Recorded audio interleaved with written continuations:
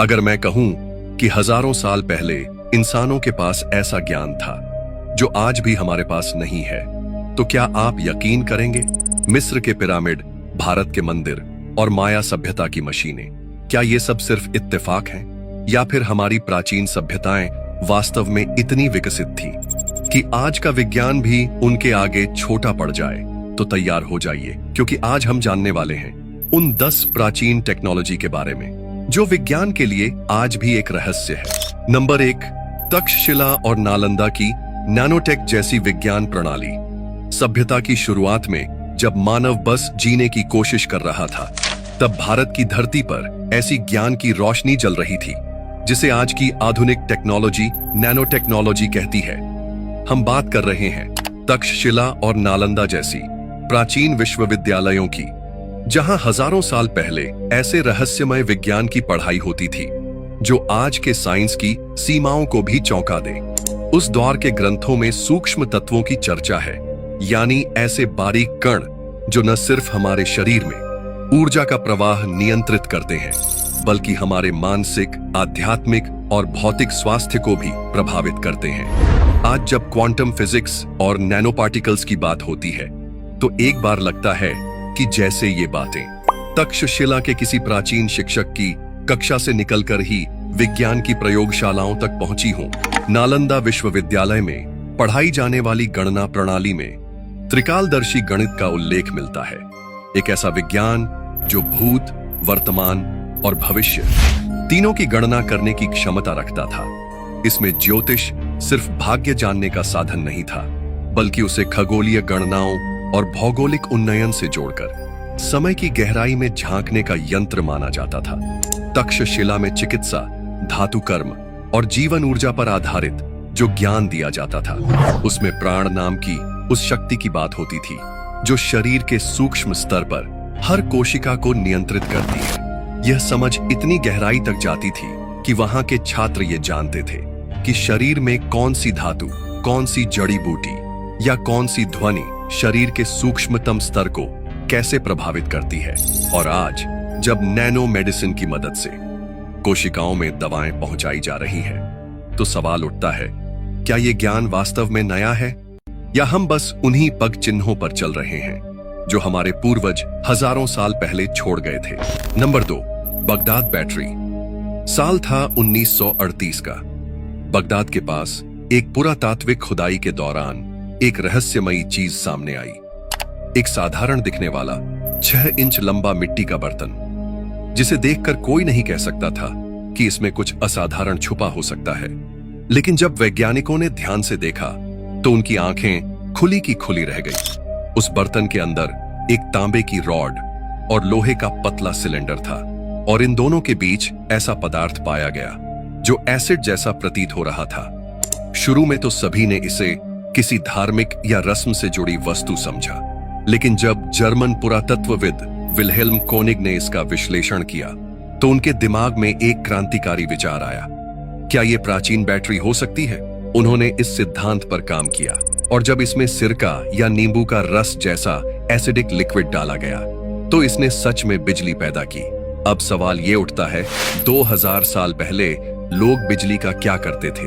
क्या वे इलेक्ट्रोप्लेटिंग करते थे, यानी धातु पर सोने या चांदी की कोटिंग? या उनके पास कोई ऐसी तकनीक थी जो आज भी हमारी समझ से बाहर है? या फिर ये कोई धार्मिक उपकरण था जिससे झटके देकर दिव्य शक्ति का आभास कराया जाता था? इन सवालों के कोई ठोस जवाब नहीं मिले हैं, लेकिन बगदाद बैटरी आज भी इस बात का इशारा करती है कि हो सकता है हम अपने अतीत को कम आंकते हैं। हो सकता है कि प्राचीन सभ्यताओं के पास वो ज्ञान था जिसे हमने समय के साथ खो दिया। नंबर 3, पिरामिड की ऊर्जा प्रणाली। कहते हैं हर पत्थर अपनी एक कहानी कहता है, लेकिन अगर वो पत्थर ग्रेट पिरामिड ऑफ गीजा का हिस्सा हो तो वो कहानी एक रहस्य बन जाती है। हम सब ने स्कूल में यही पढ़ा था कि पिरामिड एक मकबरा था, एक विशालकाय कब्र। लेकिन अगर मैं कहूं वो सिर्फ एक दिखावा था और असली मकसद कुछ और था, कुछ ऐसा जो आज भी साइंटिस्ट्स को रातों की नींद नहीं लेने देता। ग्रेट पिरामिड की जिस किंग्स चैम्बर को हम महज एक कक्ष समझते हैं, वो पूरा सॉलिड ग्रेनाइट से बना है। वही ग्रेनाइट जो न सिर्फ सख्त होता है, बल्कि उसमें पाइजो इलेक्ट्रिक प्रॉपर्टीज होती है, यानी वो दबाव में ऊर्जा उत्पन्न कर सकता है, और वो भी एक खास तरीके से। पिरामिड के अंदर की दीवारें, जमीन से ऊंचाई और हर कोण इस तरह से सेट है जैसे कोई एंटीना या एंशिएंट वायरलेस एनर्जी डिवाइस हो। कुछ साइंटिस्ट्स और रिसर्चर्स दावा करते हैं कि ये पिरामिड एक पावर प्लांट था, जिसका उद्देश्य था ऊर्जा को इकट्ठा करना, फोकस करना और फिर उसे ट्रांसफर करना। और यही कारण है कि ग्रेट पिरामिड सिर्फ एक मकबरा नहीं, बल्कि एक रहस्यमय ऊर्जा मशीन था जो मानव सभ्यता की उस तकनीकी ऊंचाई की गवाही देता है, जिसे आज भी हम पूरी तरह समझ नहीं पाए हैं। नंबर 4, उड़ने वाले विमान। कल्पना कीजिए, हजारों साल पहले जब इंसान धरती पर चलना ही सीख रहा था, तब आसमान में कुछ ऐसी चीजें उड़ रही थीं, जिनका जिक्र आज भी हमारी सभ्यताओं के सबसे पुराने ग्रंथों में दर्ज है। उन्हें विमान कहा गया, लेकिन ये कोई साधारण उड़ने वाले यंत्र नहीं थे। ये थे धातु से बने अद्भुत तकनीक से चलने वाले ऐसे वाहन थे जो सिर्फ हवा में ही नहीं, बल्कि पानी के नीचे और अंतरिक्ष की गहराइयों में भी सफर कर सकते थे। रामायण, महाभारत और विशेष रूप से संस्कृत ग्रंथ विमानिका शास्त्र में इन विमानों के डिटेल्ड डिजाइन, निर्माण प्रक्रिया और ऑपरेशन तक की जानकारी दी गई है, और बताया गया है कि ये विमान मंत्र शक्ति, सौर ऊर्जा और कुछ रहस्यमय गुरुत्वाकर्षण रोधी शक्तियों से चलते थे। कुछ विमानों के नाम तक बताए गए हैं: शकुना विमान, सुंदर विमान, रुक्म विमान, जिनकी संरचना, विंग्स की दिशा और यहां तक कि पायलट की सीट तक का वर्णन मिलता है। लेकिन यह सिर्फ किसी कवि की कल्पना नहीं लगती। जब 20वीं सदी में नासा के एक एरोनॉटिकल इंजीनियर ने विमानों के इन डिजाइनों को देखा तो वो चौंक गया। उन्होंने माना कि इनमें से कई स्ट्रक्चर्स एरोडायनामिक्स के मॉडर्न सिद्धांतों के साथ मेल खाते हैं, जैसे किसी ने हजारों साल पहले जेट इंजनों की शुरुआती ब्लूप्रिंट तैयार कर ली हो। इतिहासकारों के एक वर्ग का मानना है कि हो सकता है यह ज्ञान किसी प्राचीन, अत्यंत विकसित सभ्यता से आया हो, जो समय की रेत में कहीं खो गई। और अगर यह सच है, तो क्या हो अगर उस तकनीक के कुछ अवशेष आज भी हमारे बीच छिपे हों, वो रहस्य जो हमने कभी खो दिए थे, अब दोबारा हमारी पहुंच में आ सकते हैं। नंबर 5, धौलावीर के जल प्रबंधन सिस्टम। तपती हुई धरती, चारों तरफ बेजान रेत, और उसी के बीच छिपा है हजारों साल पुराना रहस्य। जहां आज सन्नाटा है, कभी वहां एक उन्नत सभ्यता की गूंज सुनाई देती थी। इसका नाम है धौलावीरा। यह सिर्फ एक प्राचीन शहर नहीं था, बल्कि सिंधु घाटी सभ्यता की सबसे उन्नत जल प्रबंधन प्रणाली का गढ़ था। जहां आज की दुनिया जल संकट से जूझ रही है, वहां यह सभ्यता वर्षा जल को सहेजने, उसे शुद्ध करने और फिर सावधानी से इस्तेमाल करने की तकनीक जानती थी, और वो भी तब जब लोहा भी ढंग से नहीं पिघल आया गया था। धौलावीरा में वर्षा के हर एक कतरे की कीमत थी। जब बादल बरसते तो खास डिजाइन किए गए पत्थरों और ढलवां रास्तों से पानी बहकर विशाल टैंकों और रिजर्वॉयर में जमा होता था। ये टैंक ऐसे ही नहीं थे, उनमें फिल्टरिंग सिस्टम था। पानी पहले मोटे पत्थरों से गुजरता, फिर रेत से, और फिर कोयले जैसी संरचनाओं से होकर एकदम साफ और पीने लायक बनता। और यही पानी गर्मियों में पूरे शहर को जीवन देता। इतना ही नहीं, इस सिस्टम में ओवरफ्लो चैनल्स भी थे, ताकि टैंक भर जाने पर अतिरिक्त पानी बर्बाद न हो, वो भी दूसरे टैंकों की ओर मोड़ा जाता था, जो कृषि या आम नागरिकों की जरूरतों के लिए इस्तेमाल होता था। इससे यह स्पष्ट होता है कि धौलावीरा सिर्फ एक शहर नहीं था, वो भविष्य की एक झलक थी। और यही सवाल आज भी गूंजता है, क्या हमें आधुनिक जल संकट से निपटने के लिए अपने अतीत में झांकना होगा? नंबर 6, प्राचीन ड्रिलिंग और कटिंग तकनीक।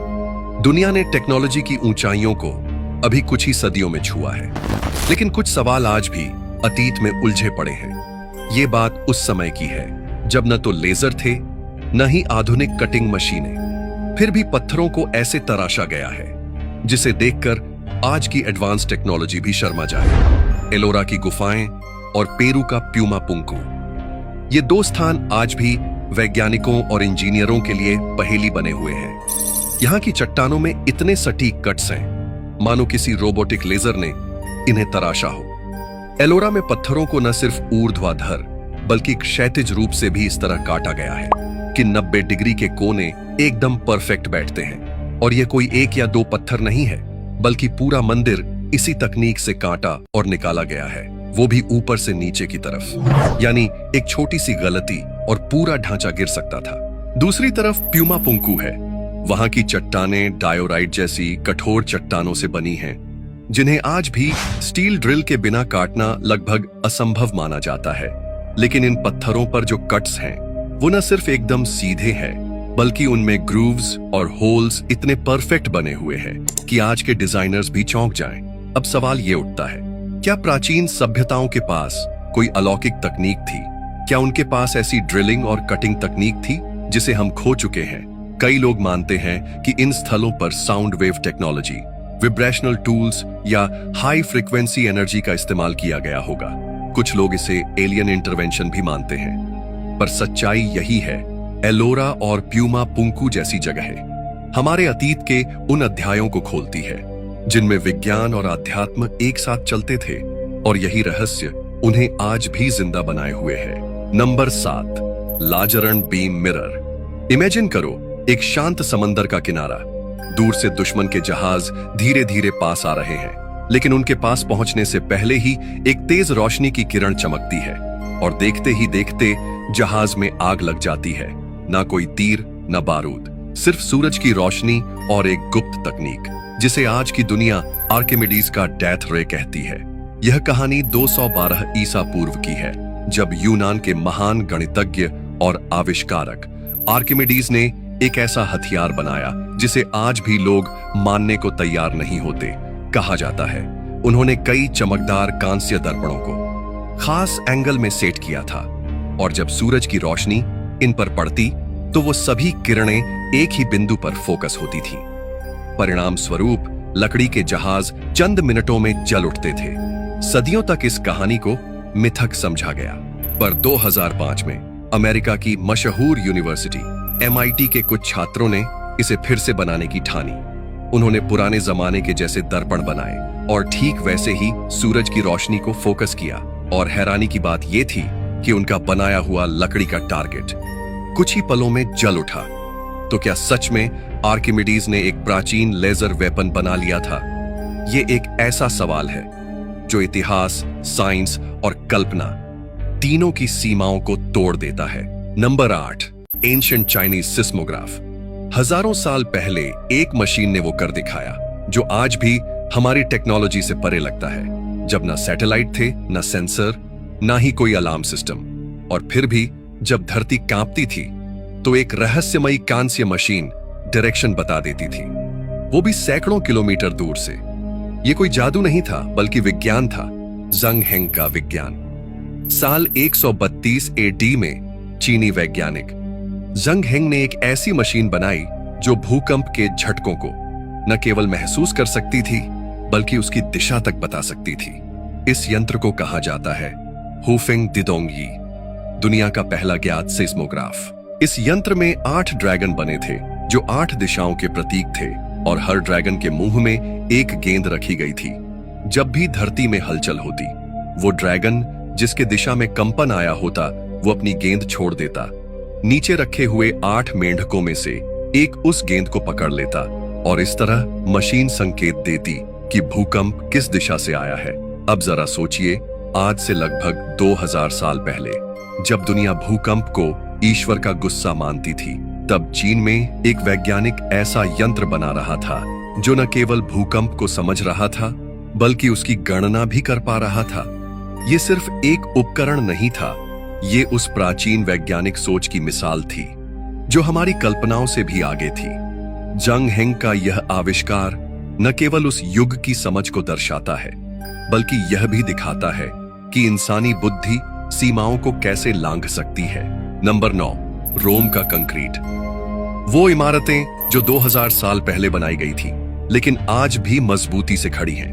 न कोई दरार, न जंग, न ही गिरने का डर। जबकि हमारे आज के बनाए पुल और इमारतें मुश्किल से 100 से 200 साल भी नहीं टिक पाते।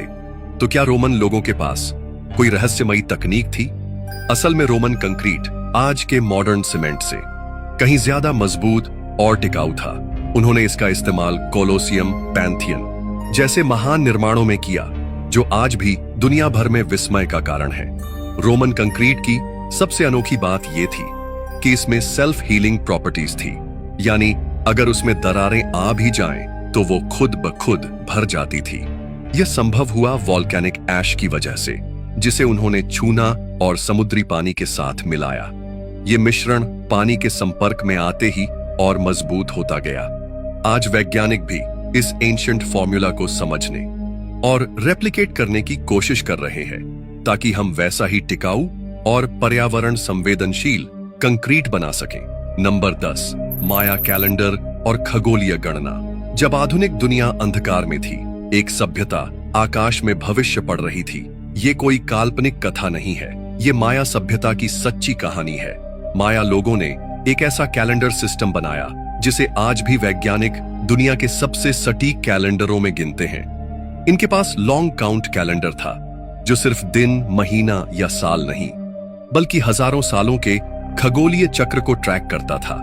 उन्होंने सौर ग्रहणों, चंद्र ग्रहणों और यहां तक कि शुक्र यानी वीनस जैसे ग्रह की गति को भी इतनी बारीकी से नोट किया कि आज के मॉडर्न एस्ट्रोनॉमी सॉफ्टवेयर भी उनकी गणनाओं की सटीकता देखकर चौंक जाते हैं।